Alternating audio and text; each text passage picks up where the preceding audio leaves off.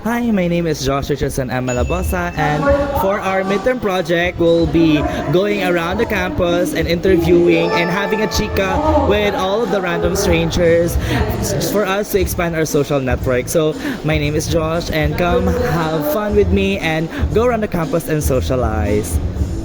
Excuse me, pwede ka ma-interview? Pwede na. Alright, so this is our first random stranger around the campus. So, may I know what is your age, your name, and also what program are you taking? I am Charles Kevin Aminyoza and I'm 22 years old and currently taking BSHM What's in a year? third year. Third year. Alright, so SHM. So, do you have like any hobbies or any leisure that you have in mind? Siguro, masalida, hobbies, siguro, mag-drawing. Mag-drawing. So, unsa man imong hobbies kay matanaw sa lida? Unsa man ang imong favorite movie?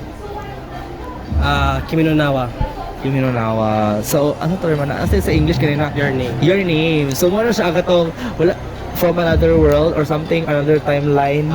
Oo nga na siya na despite na lain sila og mga lain na sila og time is nagkailag gihapon sila. Sakto ba ko? Oh, wala siya. It's a Japanese movie. So, mo siya. And, kuan man, state you. So, unsa man imo ha? Are you an athlete ba? Athlete ko, baseball. Okay, sa baseball athlete. So, ni-compete na kapag squad, pag bilar. Na ako. And sa inyo, ang placement? Third round. Oh, congratulations, gihapon. Alright, so what is your motto in life?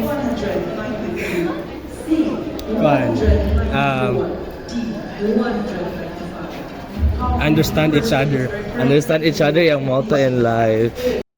Alright, so from the College of Business and Management Building, we have come to the College of Engineering, Architecture, and Industrial Design, and my name is Josh. So we will, to give you a gist, we will be interviewing random strangers around the campus and be expanding our social network. Alright, so may I ask what is your name, age, and program? I'm Mandy. I'm 19 years old from Bachelor of Science in Psychology. A psychology student. So what is your year? Second year. Second year student. So may I ask what are your hobbies? What are the things na ikabisihan mo sa life?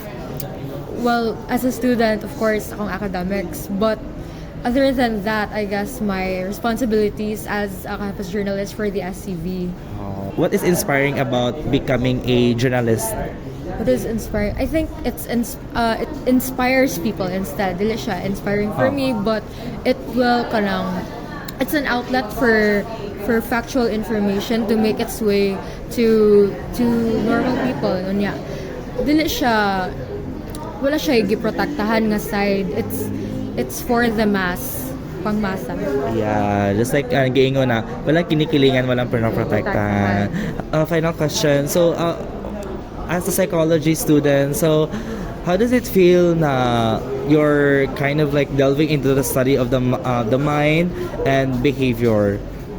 Actually, it's nice ka siya nga field. I can say that kaya mo kay passion, and you can also find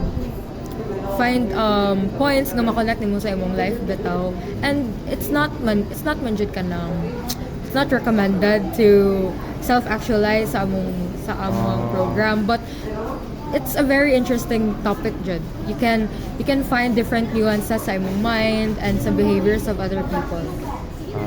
All right, so it's a very a beautiful program to take. It's very underrated, to be completely honest, and especially that you are actually learning about you and yourself and actually knowing the nuances around other people. So, and also don't self-diagnose. So always seek professional help. All right, and that's all. And thank you so much. All right, so we have now done interviewing a psychology student, a hospitality management student. So, based on what you're wearing, you are a mechanical engineering student, am I right? Yes. So, may I know what is your name, age, and what year are you? I am Hansel Henley Amar Delphine. 23 years old, a fifth year student. A fifth year in mechanical engineering. All right. So may I know what are your hobbies or unsay mong gikabisihan sa life? My hobbies are that includes photographies, and making films. Making films. So based on the hobbies itself, so making films. So may I ask, like, what is your favorite film, or what film is on your Netflix recently watched right now?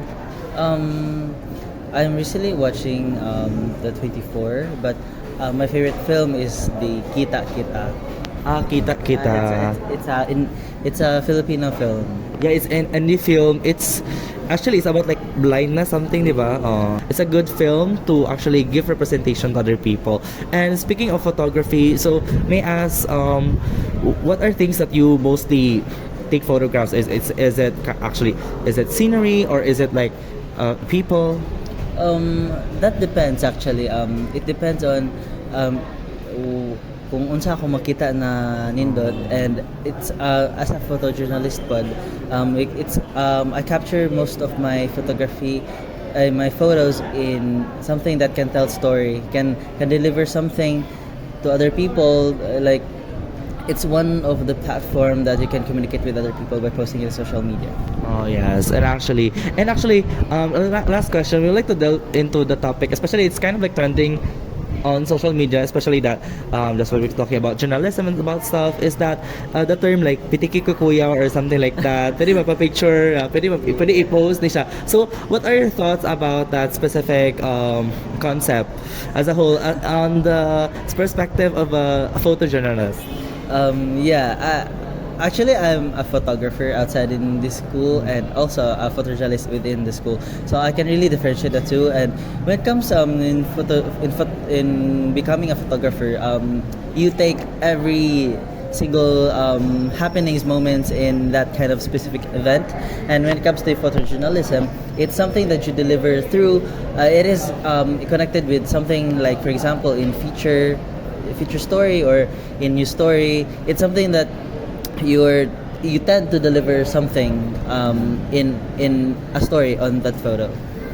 Alright, so thank you so much for all of your insights about, especially that we are currently interviewing strangers on the campus, and it so happens to be that we're interviewing a lot of journalists and photojournalists, and it's kind of inspiring, and actually we have learned a lot from them. And also, my name is Josh, by the way, so thank you so much for being here with us, Hansel, and thank you so much for your time and effort with us.